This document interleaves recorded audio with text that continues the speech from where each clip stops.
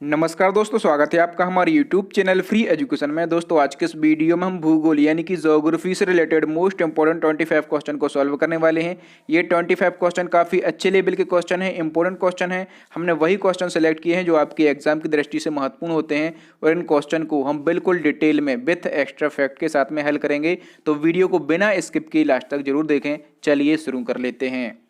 Number first question है, पृथ्वी तथा सूर्य के बीच न्यूनतम दूरी कब होती है। तो दोस्तों जितने भी क्वेश्चन इस वीडियो में लाया हूं, यदि आपको किसी भी क्वेश्चन का आंसर पता है तो वीडियो को पॉज करके अपना आंसर भी लगाएं कमेंट बॉक्स में। तो पृथ्वी और सूर्य के बीच की न्यूनतम दूरी होती है 3 जनवरी को। तो इस क्वेश्चन का ए ऑप्शन से हो जाएगा, लेकिन यहाँ से बहुत सारे क्वेश्चन पूछे जाते हैं तो इसको हम डिटेल में समझेंगे। देखिए जो सूर्य है हमारा, सभी लोग जानते हैं कि सूर्य की परिक्रमा करती है पृथ्वी और दीर्घवृत्तीय कक्षा में करती है, ठीक है। तो ये जो पृथ्वी है ये सूर्य की परिक्रमा कर रही है इस प्रकार से। तो जब पृथ्वी और सूर्य के बीच में सबसे कम दूरी होती है, न्यूनतम दूरी होती है, तो इस घटना को हम क्या बोलते हैं? इस घटना को हम बोलते हैं उपसौर, ठीक है। और ये जो उपसौर की घटना है ये कब होती है? तो ये घटना होती है 3 जनवरी को। इतना हमें याद रखना है।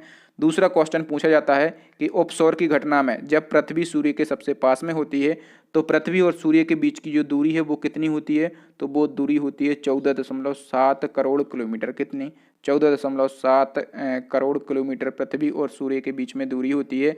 जब उपसौर की घटना होती है, पृथ्वी सूर्य से सबसे पास में होता है, तो यहाँ पर जो है 7% अधिक सौर विकिरण प्राप्त होते हैं पृथ्वी को। क्यों होते हैं अधिक? क्योंकि सूर्य और पृथ्वी के बीच की दूरी कम है, सूर्य पृथ्वी के सबसे ज्यादा पास है, याद रखेंगे। नंबर सेकंड क्वेश्चन है, पृथ्वी तथा सूर्य के बीच अधिकतम दूरी कब होती है। तो पहले क्वेश्चन के अपोजिट ही है ये क्वेश्चन। तो पृथ्वी तथा सूर्य के बीच अधिकतम दूरी होती है 4 जुलाई को। तो इस क्वेश्चन का बी ऑप्शन सही हो जाएगा। इसको भी हम समझ लेते हैं। जो हमारा सूर्य है इसकी परिक्रमा पृथ्वी करती है, ठीक है, दीर्घवृत्तीय कक्षा में करती है। तो इस प्रकार से जो पृथ्वी है वो परिक्रमा कर रही है और पृथ्वी जब सूर्य से अधिकतम दूरी पर स्थित होती है तो इस घटना को क्या बोलते हैं? इस घटना को हम बोलते हैं अपसौर। और ये घटना कब होती है? तो ये घटना होती है 4 जुलाई को, ठीक है। देखिए जो अपसौर की स्थिति बनती है इस दौरान पृथ्वी और सूर्य के बीच में कितनी दूरी होती है? तो इस दौरान जो है 15.2 करोड़ किलोमीटर पृथ्वी और सूर्य के बीच में दूरी होती है। ये हमें याद रखना है। अब पृथ्वी और सूर्य की दूरी जो है अधिकतम होती है अपसौर की कंडीशन में। तो पूछा जाता है कि कितने परसेंट जो सौर विकिरण है वो कम या ज़्यादा होते हैं। तो अपसौर में 7% सौर विकिरण कम मिलते हैं पृथ्वी को, ठीक है। ये हमें याद रखना है। जब उपसौर की कंडीशन बन रही थी तो 7% अधिक सौर विकिरण जा रहे थे पृथ्वी पर, लेकिन अपसौर की कंडीशन में 7% कम सौर विकिरण प्राप्त होते हैं पृथ्वी को। तो ये फैक्ट आपको याद रखना है। नेक्स्ट क्वेश्चन है, अंतरिक्ष में यात्रा करने वाला प्रथम कुत्ते का क्या नाम है। तो देखिए लाइका जो है अंतरिक्ष में यात्रा करने वाला प्रथम कुत्ता था, जो कि रूस के द्वारा सन 1857 में भेजा गया था। और क्वेश्चन पूछा जाता है कि जिस व्हीकल से भेजा गया था उसका नाम क्या था। तो स्पुतनिक सेकंड जो है उस व्हीकल का नाम था जिसको इस कुत्ते को भेजा गया था, ठीक है। इसको आप याद रखेंगे। नेक्स्ट क्वेश्चन है, उत्तरी गोलार्ध में वर्ष का सबसे छोटा दिन कब होता है। तो देखिए उत्तरी गोलार्ध में वर्ष का सबसे छोटा दिन होता है 22 दिसंबर को। इस क्वेश्चन का बी ऑप्शन से हो जाएगा। और क्वेश्चन पूछा जाता है कि उत्तरी गोलार्ध में वर्ष का सबसे बड़ा दिन कब होता है। तो उत्तरी गोलार्ध में वर्ष का सबसे बड़ा दिन होता है 21 जून को। दोनों फैक्ट आप याद रखेंगे।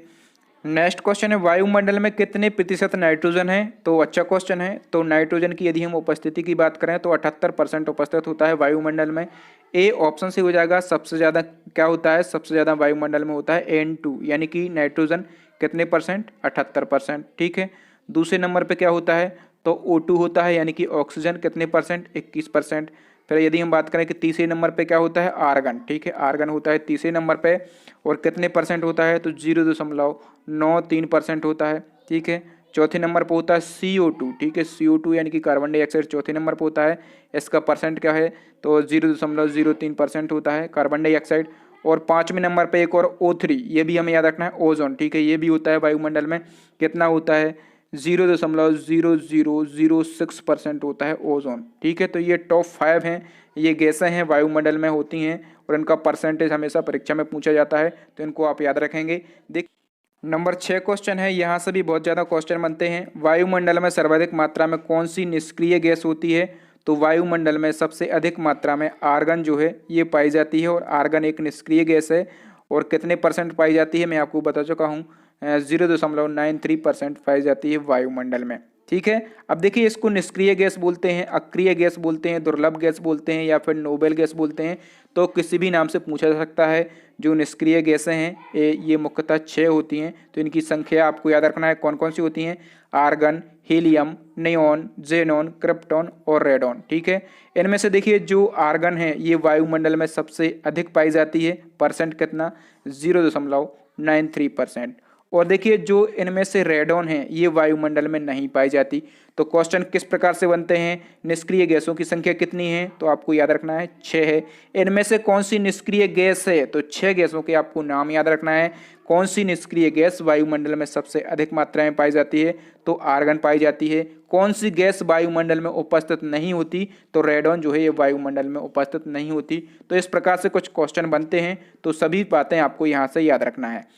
नेक्स्ट क्वेश्चन है, पृथ्वी के क्रस्ट के भीतर की हलचल का अध्ययन किसमें किया जाता है, तो पृथ्वी की 3 परतें होती हैं, क्रस्ट, मेटल और कोर। तो जो पहली परत है वो क्रस्ट होती है पृथ्वी की, और क्रस्ट के भीतर की हलचल का अध्ययन किया जाता है प्लेट टेक्टोनिक्स में। तो इस क्वेश्चन का डी ऑप्शन सही हो जाएगा।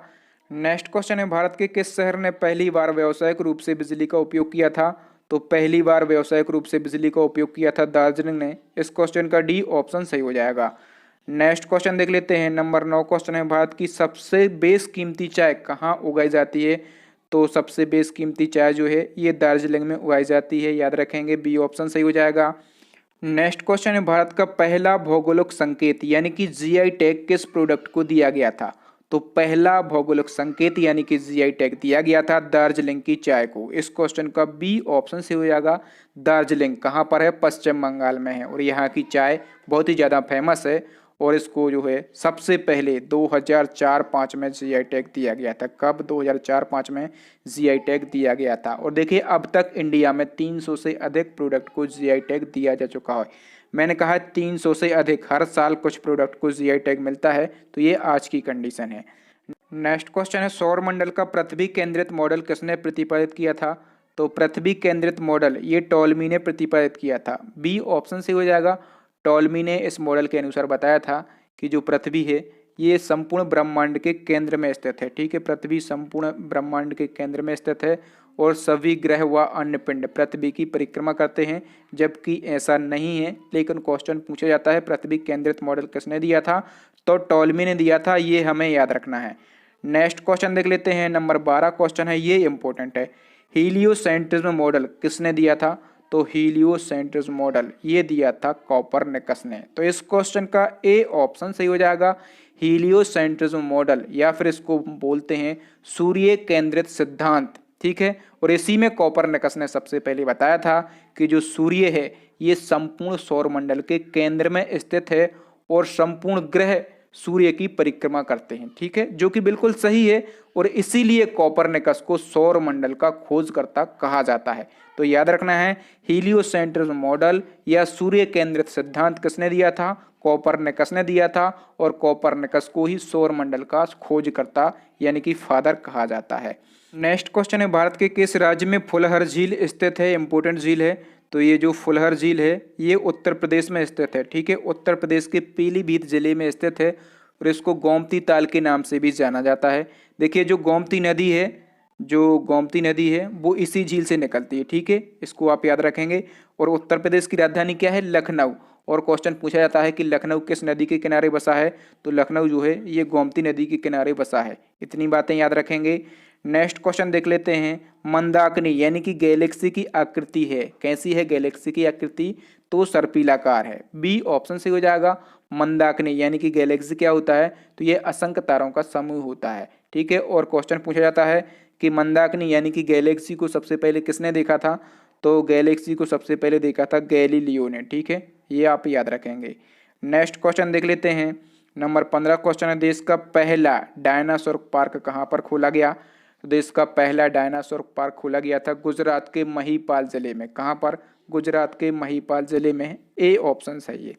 नेक्स्ट क्वेश्चन देख लेते हैं, नंबर 16 क्वेश्चन है, दक्षिण भारत की नदियों में सबसे लंबी नदी कौन सी है, तो दक्षिण भारत की जो नदियां हैं उनमें सबसे लंबी नदी है गोदावरी नदी। ए ऑप्शन से हो जाएगा। जो गोदावरी नदी है इसका उद्गम कहाँ से होता है, तो महाराष्ट्र के जो त्र्यंबकेश्वर गांव है वहाँ पर ब्रह्मगिरी पर्वत से इसका उद्गम होता है, और इसका समागम कहाँ पर गिरती है, ये बंगाल की खाड़ी में गिरती है। लंबाई कितनी है, तो 1465 किलोमीटर जो है ये गोदावरी की लंबाई है। नेक्स्ट क्वेश्चन देख लेते हैं। नंबर 17 क्वेश्चन है, पंजाब के निर्माण में सबसे महत्वपूर्ण कौन सी नदी है, तो पंजाब के निर्माण में सबसे महत्वपूर्ण नदी है सिंधु। ए ऑप्शन से हो जाएगा। देखिए जो पंजाब है बेसिकली 5 नदियों का समूह है, इनमें सबसे महत्वपूर्ण कौन सी है, सिंधु नदी है। अब सिंधु नदी जो है सबसे महत्वपूर्ण है, तो सिंधु नदी से कई क्वेश्चन बनते हैं। तो सिंधु नदी का सबसे पहले हम उद्गम की बात करें तो इसका उद्गम जो है तिब्बत में मानसरोवर झील से होता है। तिब्बत में मानसरोवर झील से इसका उद्गम होता है और इसको जो है इंडस नदी भी कहा जाता है। टोटल यदि हम लंबाई की बात करें तो 2880 किलोमीटर जो है इसकी टोटल लंबाई है। और पूछा जाता है कि भारत में कितनी प्रभावित होती है, तो 1114 किलोमीटर जो है ये भारत में प्रभावित होती है। देखिए जो सिंधु नदी है ये चीन में तिब्बत से निकलती है, ठीक है, और भारत से होते हुए भारत में केवल एक राज्य से जम्मू कश्मीर से बहती हुई सीधी पाकिस्तान में चली जाती है और पाकिस्तान से अरब सागर में जाके गिर जाती है। तो ये जो सिंधु नदी है ये पाकिस्तान की राष्ट्रीय नदी भी है, ये भी आप याद रखेंगे। नेक्स्ट क्वेश्चन है, अंतर्राष्ट्रीय तिथि रेखा यानी कि इंटरनेशनल डेट लाइन होकर गुजरती है किस महासागर से, तो जो अंतर्राष्ट्रीय तिथि रेखा है ये प्रशांत महासागर से होकर गुजरती है। सी ऑप्शन से हो जाएगा। देखिए प्रशांत महासागर जो है सबसे बड़ा और सबसे गहरा महासागर है, इसी के बीचों बीच से ये अंतर्राष्ट्रीय तिथि रेखा होकर गुजरती है। और ये अंतर्राष्ट्रीय तिथि रेखा क्या है, तो देखिए 180 देशांतर पर, ठीक है, कहाँ पर, 180 देशांतर पर उत्तर से, कहाँ से, उत्तर से दक्षिण की ओर खींची गई एक काल्पनिक रेखा है। इसी के कारण तिथि में परिवर्तन होता है। और इस रेखा का निर्धारण कब किया गया था, तो 1884 में जो है इस रेखा का निर्धारण किया गया था। नेक्स्ट क्वेश्चन है, 49वीं समांतर रेखा किन दो देशों के बीच विभाजन का कार्य करती है, तो ये जो 49वीं समांतर रेखा है ये अमेरिका और कनाडा के बीच में सीमा बनाती है। तो इस क्वेश्चन का सी ऑप्शन से हो जाएगा।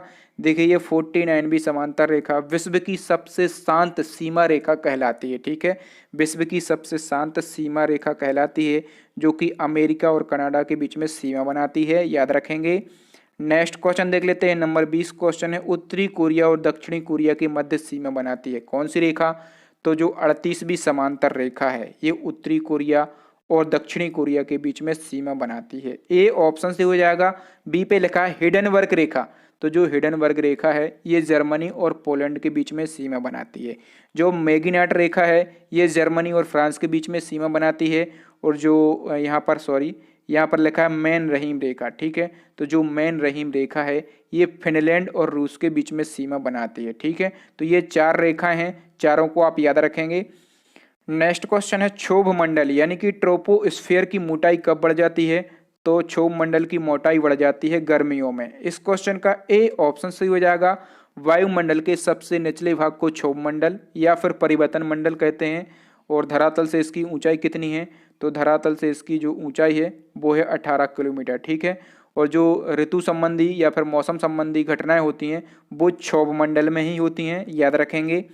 नेक्स्ट क्वेश्चन देख लेते हैं, नगोया प्रोटोकॉल निम्न में से किससे संबंधित है, तो जो नगोया प्रोटोकॉल है ये जैव विविधता से संबंधित है। तो इस क्वेश्चन का बी ऑप्शन से हो जाएगा। जैव विविधता के संरक्षण के लिए जापान के नगोया शहर में 105 देशों ने इस प्रोटोकॉल पर हस्ताक्षर किए थे 2014 में, ठीक है, याद रखेंगे। तो ये नगोया प्रोटोकॉल पूछा जाता है, जैव विविधता से संबंधित है। नेक्स्ट क्वेश्चन है, नारायण सरोवर अभ्यारण्य निम्न में से किसके लिए प्रसिद्ध है। अच्छा क्वेश्चन है। तो नारायण सरोवर अभ्यारण्य जो है चिंकारा के लिए फेमस है।